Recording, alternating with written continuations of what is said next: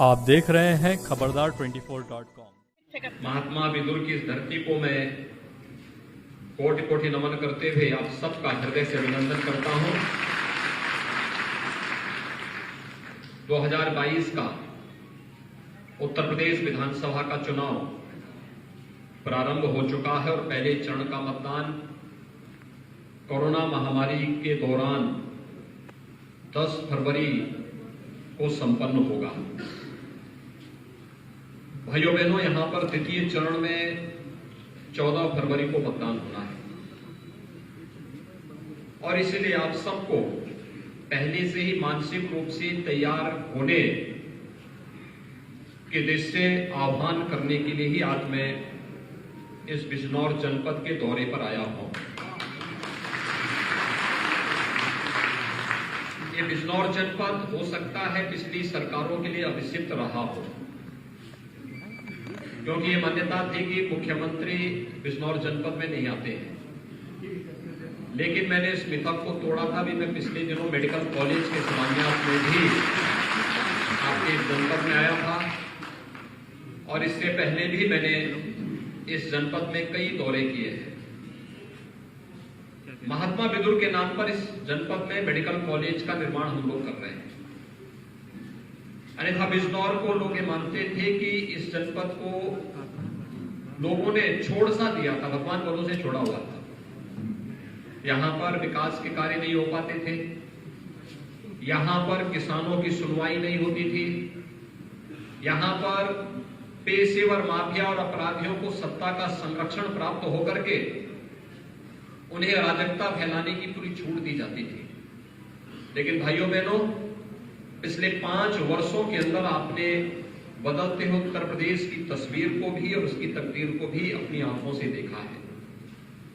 यह वही उत्तर प्रदेश है जिस उत्तर प्रदेश में 5 वर्ष पहले हर तीसरे दिन एक दंगा होता था, बड़े बड़े फसाद होते थे, बेटियां स्कूल नहीं जा पाती थी, घर की महिलाएं मार्केट नहीं जा पाती थी, किसान परेशान था, न उसकी उपज का क्रय होता था और न ही किसानों को किसी प्रकार का कोई सम्मान ही मिल पाता था, न गन्ना मूल्य का भुगतान ही हो पाता था। नौजवान परेशान था क्योंकि बिजनौर के सामने 5 वर्ष पहले एक समस्या थी कि वह उत्तर प्रदेश और उत्तराखंड के सीमा पर स्थित होने के नाते उसको उत्तर प्रदेश सरकार की अपेक्षा का दंश तो झेलना ही पड़ता था, लेकिन साथ साथ उत्तराखंड के नागरिकों की ओर से भी जो ताने दिए जाते थे कि हमारा विकास हो रहा है, तुम्हारा विकास नहीं हो रहा है, आज उससे भी मुक्ति मिली। आज बिजनौर कह सकता है कि हमारे यहाँ किसान भी खुशहाल है, नौजवान को सरकारी नौकरी में भी यहाँ पर हिस्सेदारी मिल रही है, यहाँ का व्यापारी भी सुरक्षित हो रहा है और साथ साथ मेडिकल कॉलेज जैसे अत्याधुनिक चिकित्सा संस्थान भी अब बिजनौर जनपद में स्थापित हो रहे हैं। यहाँ की चीनी मिलों के पुनरुद्धार की कार्रवाई को भी सरकार ने व्यवस्थित रूप से आगे बढ़ाने का कार्य किया है। भाइयों बहनों, 5 वर्ष तक बिना रुके, बिना डिगे, बिना थके और बिना झुके हमारी सरकार ने प्रदेश के अंदर गांव का, गरीब का, किसान का, नौजवान का, महिलाओं के कल्याण के लिए बिना चेहरा देखे, बिना उसकी जाति और मत और मजहब पूछे उसे शासन की योजनाओं का लाभ दिलाया। जो लोग सामाजिक न्याय की बात करते हैं उनसे पूछना चाहिए, एक गरीब को मकान मिलना सामाजिक न्याय है या उस गरीब के मकान के हक को छीन लेना सामाजिक न्याय है?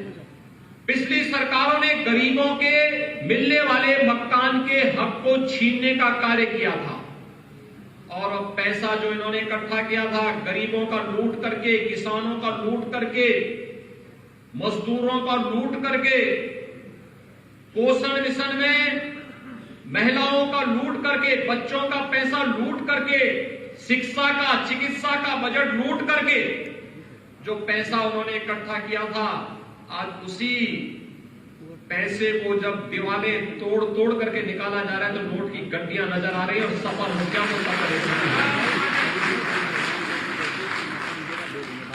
उनकी संवेदना, हमारी संवेदना तो गरीब प्रति थी, हमने गरीब को 43 लाख आवास दिए,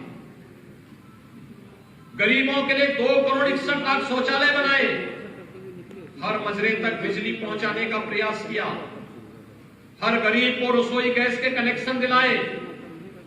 कोरोना कालखंड में अकेले आपका बिजनौर जनपद 44 लाख वैक्सीन की डोज दे चुका है और प्रदेश में यह लक्ष्य हम लोगों ने 25 करोड़ 34 लाख से भी लोगों को वैक्सीन की डोज दे चुके हैं।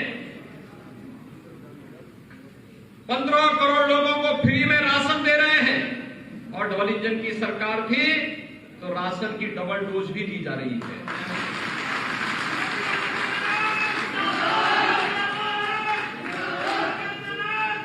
पांच वर्ष में दंगा नहीं हुआ होगा, क्योंकि दंगाई को मालूम था दंगा करेंगे तो आने वाली 7 पीढ़ियां भरते भरते थक जाएंगे और भर नहीं पाएंगे।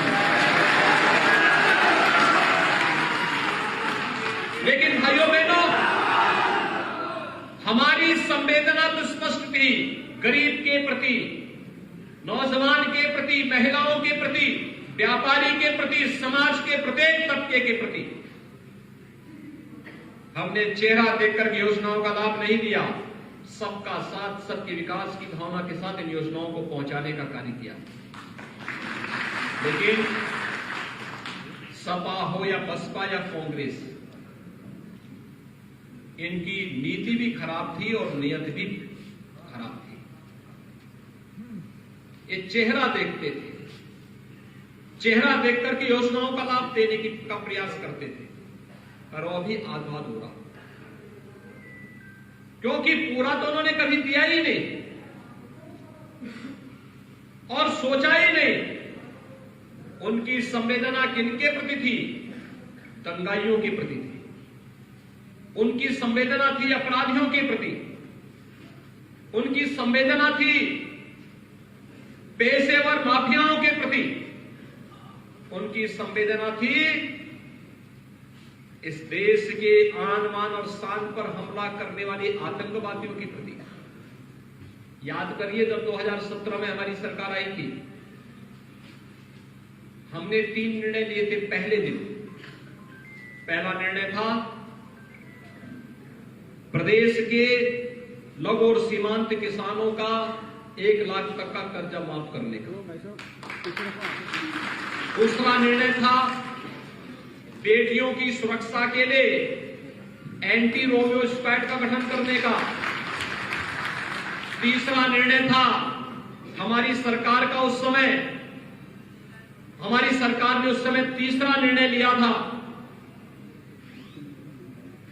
प्रदेश के अंदर अवैध बूचड़खानों को पूरी तरह प्रतिबंधित करने का। हमने तीनों कार्य पहले दिन ही किए। लेकिन जब समाजवादी पार्टी 2012 में आई थी, उसने पहला निर्णय क्या लिया था? श्री राम जन्मभूमि पर आतंकी हमला करने वाले आतंकवादियों की मुकदमों को वापस लेने का। फर्क साफ है।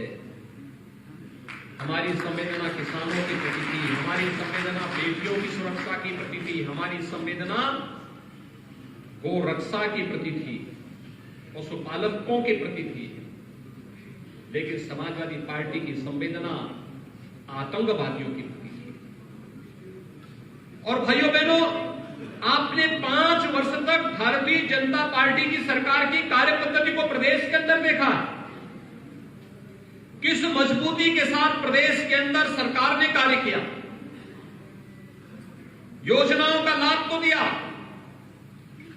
हर प्रकार के हर व्यक्ति को योजनाओं का लाभ देने का कार्य किया, और कोरोना प्रबंधन भी, जीवन और जीविका को बचाने की जद्दोजहद में किसान भी परेशान न हो, मजदूरों को भी कोई समस्या न हो, भरण पोषण भत्ता देने का कार्य किया गया, और हर प्रकार की सुविधा से आच्छादित करने का कार्य भी किया गया।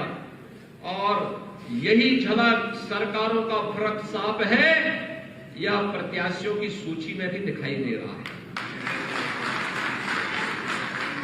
प्रत्याशियों की सूची में पश्चिमी उत्तर प्रदेश भाइयों बहनों कितना संवेदनशील था। 2019 में, 2017 में, 2014 में जब भी हम लोग यहां आते थे, 17 और 14 में एक ही शिकायत हमें सुनने को मिलती थी कि बेटियां स्कूल नहीं जा पा रही हैं क्योंकि पेशेवर गुंडे कब न जाने उस बेटी के जीवन के साथ खिलवाड़ कर ले। तब हम लोगों ने संकल्प किया था कि अगर ऐसे दुर्योधन और दुशासन पैदा हो गए हैं तो इनको ठीक करना आवश्यक होगा। और तब 2017 में जब जनता जनार्दन का आशीर्वाद प्राप्त हुआ था तो प्रदेश सरकार ने इसके लिए एक व्यवस्थित कार्य योजना प्रारंभ की थी। आज उसका परिणाम हम सबके सामने देखने को मिल रहा है। और इसलिए भाइयों बहनों, आज हम सब आपके साथ आने आए हैं आपसे एक अपील करने के लिए।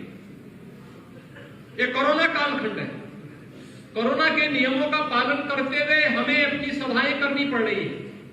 सीमित संख्या इसमें रहेगी, उससे ज्यादा संख्या में लोग नहीं आ सकते। लेकिन आप में से हर एक व्यक्ति को भारतीय जनता पार्टी का प्रतिनिधि बन करके एक एक व्यक्ति तक पहुंचना होगा और बोलना होगा। ये चुनाव भले ही स्थानीय स्तर पर आप विधायक चुनने के लिए कर रहे होंगे, लेकिन प्रदेश स्तर पर मुख्यमंत्री उसी वोट से चुना जाना है।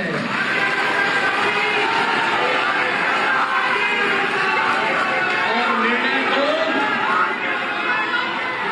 तो मुख्यमंत्री को करने होते हैं, क्योंकि जब विधायक चुना जाएगा वही विधायक मुख्यमंत्री को चुन करके मुख्यमंत्री ही निर्णय लेंगे फिर कि अपराधियों से कैसे निपटा जाना है, माफियाओं से कैसे निपटा जाना है, अराजक तत्वों से कैसे निपटा जाना है और विकास की योजनाओं का लाभ कैसे दिया जाना है। सपा बसपा कांग्रेस ये कभी नहीं बोल सकती है कि परित्राणाय साधूनां विनाशाय च दुष्कृतां। ये वे नहीं बोल सकते, यह केवल भारतीय जनता पार्टी बोल सकती है। और भारतीय जनता पार्टी इसीलिए आपके पास आई है। अगर आप चाहते हैं प्रदेश में कानून का राज हो, थानों का संचालन पेशेवर हिस्ट्री सीटर न करे, अगर आप चाहते हैं प्रदेश की व्यवस्था में किसी भी प्रकार के अपराध और अपराधियों के लिए जीरो टॉलरेंस की नीति के तहत सरकार कार्य कर सके, अगर आप चाहते हैं प्रदेश में किसी भी प्रकार की कोई अराजकता न फैले, राष्ट्रवाद, विकास और सुशासन के मुद्दे पर सरकार प्रभावी ढंग से कार्य कर सके, प्रदेश के अंदर गरीबों को किसी के सामने हाथ न फैलाना पड़े, प्रदेश के अंदर तुष्टीकरण की राजनीति बंद हो, अगर आप चाहते हैं विकास बिना भेदभाव के हर जनपद और हर गांव तक पहुंचे, तो भारतीय जनता पार्टी एकमात्र इसका विकल्प है।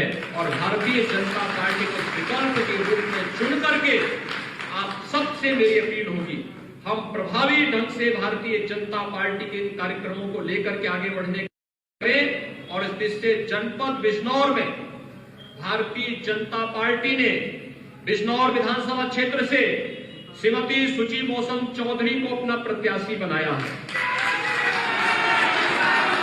नजीमाबाद से कुंवर भारतेंदु सिंह को, नगीना से डॉक्टर यशवंत सिंह को, बुढ़ानपुर से श्री सुशांत सिंह को, धामपुर से अशोक कुमार राणा को, नहटौर से श्री ओम कुमार को, चांदपुर से श्रीमती कमलेश सैनी को और नूरपुर से श्री सीपी सिंह को भारतीय जनता पार्टी ने अपना प्रत्याशी बना करके इस चुनावी समर में उतारा है।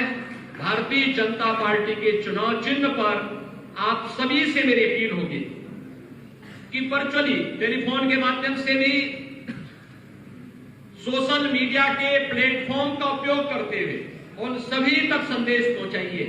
ये लड़ाई विकास बनाम विकास की है।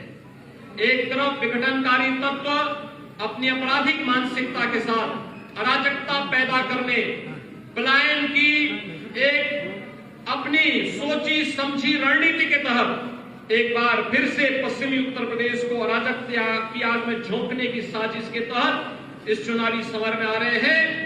और दूसरी तरफ नए भारत के नए उत्तर प्रदेश को देश के नंबर 1 प्रदेश के रूप में स्थापित करने के साथ भारतीय जनता पार्टी चुनावी समर में आई है। और भाइयों बहनों, भारतीय जनता पार्टी के पूरे मिशन के साथ आप सभी लोग मिलकर के अपना अभियान और अपना सहयोग देंगे। इस विश्वास के साथ मैं एक बार फिर से भारतीय जनता पार्टी के प्रत्याशियों के समर्थन में आप सबसे अपील करते हुए अपनी वाणी को यहीं पर विराम देता हूं। धन्यवाद। जय हिंद, जय जय